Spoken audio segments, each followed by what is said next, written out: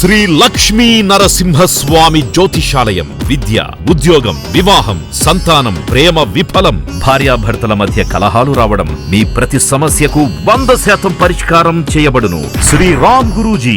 Cell 8855522279. Shri విద్యా సంప్రదాయంలో ఒక మాట చెప్తారు. అమ్మవారికి ఒక మేకపోతుని బలివ్వండి, ఒక నల్ల పిల్లిని బలివ్వండి, ఒక దున్నపోతుని బలివ్వండి అంటారు.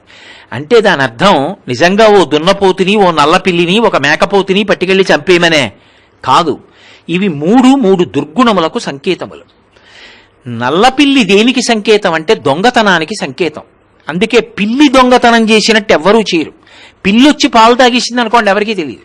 అంత నిశ్శబ్దంగా వస్తుంది. దాని పాదాల్లోనే మాంసపు ముద్దలు ఉంటాయి, చప్పుడు అవ్వదు, అంత నిశ్శబ్దంగా వస్తుంది. పిల్లిలా తాగేశాడు రా అంటారు, పిల్లిలా జొరబడ్డాడు రా అంటారు. పిల్లి దొంగతనానికి సంకేతం. పిల్లిని బలి, అందులో నల్ల పిల్లి అంటే అసలు కనపడదు చీకట్లో, అది చీకట్లో తిరుగుతుంది. దొంగ బుద్ధిని విడిచిపెట్టేయి, పరమేశ్వరుడు నీ యజమాని అని అంగీకరించి దొరలా బతుకు. మేకపోతుని బలి, మేక మూర్ఖత్వానికి ప్రతీక. 2 మేకల్ని ఎవరో వచ్చి 2 వ్యక్తులు అటు ఇటు పట్టుకుంటారు. పట్టుకుని దగ్గరికి తీసుకొచ్చి ఒకదాని తల ఒకదానికి తగిలిస్తారు. అక్కడ మేకపోతులు పందెం వేస్తుంటే చూశాను నేను. చక్కగా 2 గడ్డి తింటున్నాయి. ఒక వ్యక్తి అటు పట్టుకెళ్ళాడు, ఒక వ్యక్తి ఇటు పట్టుకెళ్ళాడు. వాటినే దగ్గరికి తీసుకెళ్లి 2 తల తాటించారు.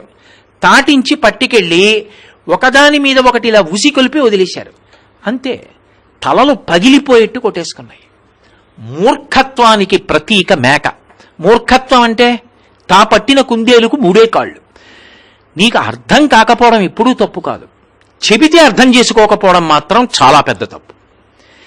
నేను అర్థం చేసుకోను అని భీష్మించు కూర్చుంటాడే, ఆ మూర్ఖత్వంతో, అసలు మనుష్య జన్మ ప్రయోజనం ఏమిటో అర్థం చేసుకోనివాడు మూర్ఖత్వంతో అన్నదమ్ముల్లా బ్రతకవలసిన వాళ్ళు ప్రేమతో బతకకుండా వైరానికి పోయి చచ్చిపోయారు. కాబట్టి మేకలై పుట్టారు. పునర్జన్మ సిద్ధాంతం. మేకని బలి అన్న మాటకు అర్థం ఏమిటంటే మూర్ఖత్వాన్ని బలి. ఒక దున్నపోతుని బలి అన్న మాటకు అర్థం ఏమిటంటే దున్నపోతు పిరికితనానికి గుర్తు. పిరికితనమే పునర్జన్మకి హేతువు.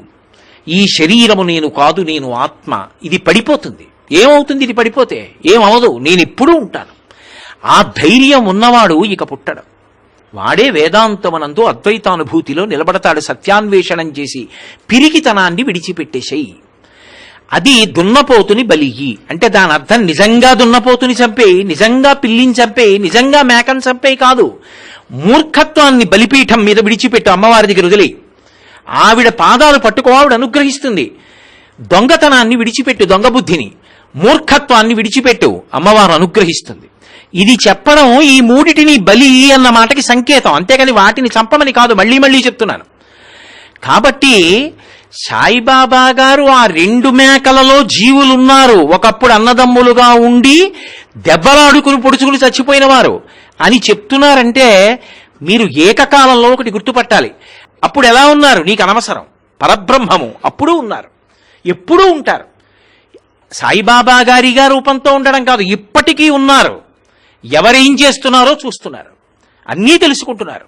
అటువంటి సాయిబాబా గారు ఇప్పుడు సద్గురువుగా ఉన్నారు. ఆ 2 మేకలు కలిసి పెడుతున్నప్పుడు ఇప్పుడు కలిసి నడిచినట్టు అప్పుడు కలిసి నడిచి ఉంటే ఈ మేకలు అవ్వకపోతారు, తరించిపోతారు.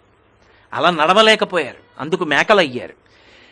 ఇప్పుడు వాటికి ఎలా శాస్త్రం చెప్పడం, ఇప్పుడు ఎలా వాటితో పుణ్యకర్మాచరణం చేయించడం, వాటిని ఉద్ధరించడం తన బాధ్యతగా తీసుకున్నారు, తన కర్తవ్యంగా తీసుకున్నారు. ఒక్కసారి నమ్మి నమస్కారం చేస్తే ఈశ్వరుడు గురువుగా వచ్చి ఎంత అనుగ్రహిస్తాడో చెప్తుంది ఆ వృత్తాంతం. తనవిగా 39 రూపాయలు ఇచ్చి కొనుక్కున్నారు. బేరం ఎవరాడతాడు? లౌకికుడు బేరమాడతాడు, నాకో 4 రూపాయలు మిగులుతాయని. ఆయనకో రూపాయి మిగల్చుకోవాలని కోరిక, పట్టుకెళ్లాలని కోరిక. దేని మీద కోరిక? ఆయనకి ఏమీ కోరిక లేదు. ఆయన రగిలిపోతున్న జ్ఞానాగ్ని సద్గురువు.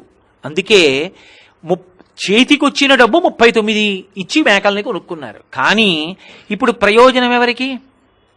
లోపల ఉన్న జీవులు మేకల రూపాలలో సాయిబాబా గారి అయ్యాయి. సాయిబాబా గారి మేకలుగా బతికి చచ్చిపోయినా ఎవరు చచ్చిపోయారు? సాయిబాబా గారి మేకలు చచ్చిపోయే యజమాని ఆయన కొనేసుకున్నారు కాబట్టి. సాయిబాబా గారి మేకలుగా చచ్చిపోయాయి కాబట్టి ఆయన సొత్తు కాబట్టి ఆయనకే చేరిపోతాడు ఆ జీవుడు. ఇప్పుడు ఆయన ఏం చేశారు అంటే, ఎప్పుడో ఏదో ఎక్కడో ఒక్క నమస్కారమో ఏదో చేశాడు, అప్పుడు ఉన్నాను అన్నారు కదూ, దానికి ఇప్పుడు అనుగ్రహించారు.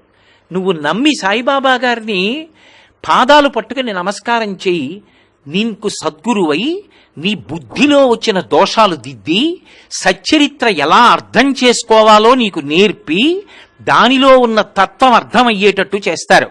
ఇప్పుడు నువ్వు ఒక్కమారు సచ్చరిత్ర చదివినా చాలు, జన్మ పండిపోతుంది. ఇప్పుడు చెప్పండి నాకు, సద్గురువు యొక్క గౌరవం ఏమిటో అర్థమైతే ఒక్క మాట ఆ ఒక్క కథే చదివాడు, ఇంకేం చదవలేదు ఆయన సచ్చరిత్రలో, అదొక్కటే చదివాడు. చాలదా ఆయన పండడానికి? అందుకే శాస్త్రం అంటుంది, ఏకశబ్ద సమ్యజ్ఞాత సృష్ట ప్రయుక్త స్వర్గే లోకే కామదుగ్భవతి అంది. నువ్వు అంతా చదివావా అని ఉండవు, ఒక్క మాట నువ్వు దాని మీద పరమ భక్తితో చదివి పరిపూర్ణంగా నమ్మినవాడవై దాని గురించి చెప్పుకుని చదువుకుని అనుష్ఠాన పర్యంతంలోకి తెచ్చుకుంటే అదొక్కటి చాలు తరింప చేయడానికి. అందుకే సాయిబాబా గారి సచ్చరిత్ర ఎప్పుడూ చదవవలసిన గ్రంథమే. ఏదో స్నానం చేసి వచ్చి కూర్చుని ఒకసారి చదవవలసింది కాదు, ఎప్పుడూ చదువుకోవాలి. ప్రయాణంలో ఉన్నా చదువుకోవాలి, ఇంట్లో ఉన్నా చదువుకోవాలి, ఖాళీ దొరికినా చదువుకోవాలి. ఎందుకని? గురువు కన్నా నిన్ను ఉద్ధరించేవాడు ఎవరున్నాడు లోకంలో? ఆ గురువు మాట, ఒక్క మాట చాలు, జీవితాన్ని మార్చేస్తుంది. సదాశివ బ్రహ్మేంద్రుల్ని కామకోటి పీఠాధిపతులు ఒక్క మాట అన్నారు, ఇక మాట్లాడడం ఆగదా అని అడిగారు, అంతే. ఇక మళ్ళీ ఆయన నోరెత్తల, మౌనంలోనే ఉండిపోయారంతే. సద్గురువు యొక్క ఒక్క మాట మార్చేస్తుంది. అవి మాటలు కావని మీరు గుర్తుపెట్టుకోవాలి, అవి హితోపదేశములు.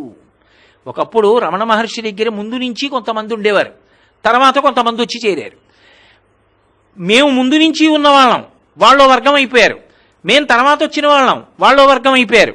ఇద్దరు దెబ్బలాడుకోవడం మొదలెట్టారు. ఆయన భోజనం చేసి వచ్చి పడుకోవడానికి వస్తుండేవారు, అక్కడ సోఫాలో కూర్చుని ఎప్పుడూ తనలో తాను రమిస్తూ ఉండేవారు.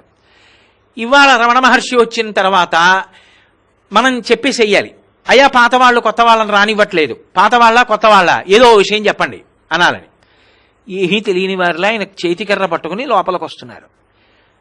ఆశ్రమంలో ఎప్పటి నుంచో కుక్కలు ఉన్నాయి, అక్కడ కొత్త కుక్కోటి లోపలికి వచ్చింది. పాత కుక్కలు ఆ కొత్త కుక్క మీద పడ్డాయి.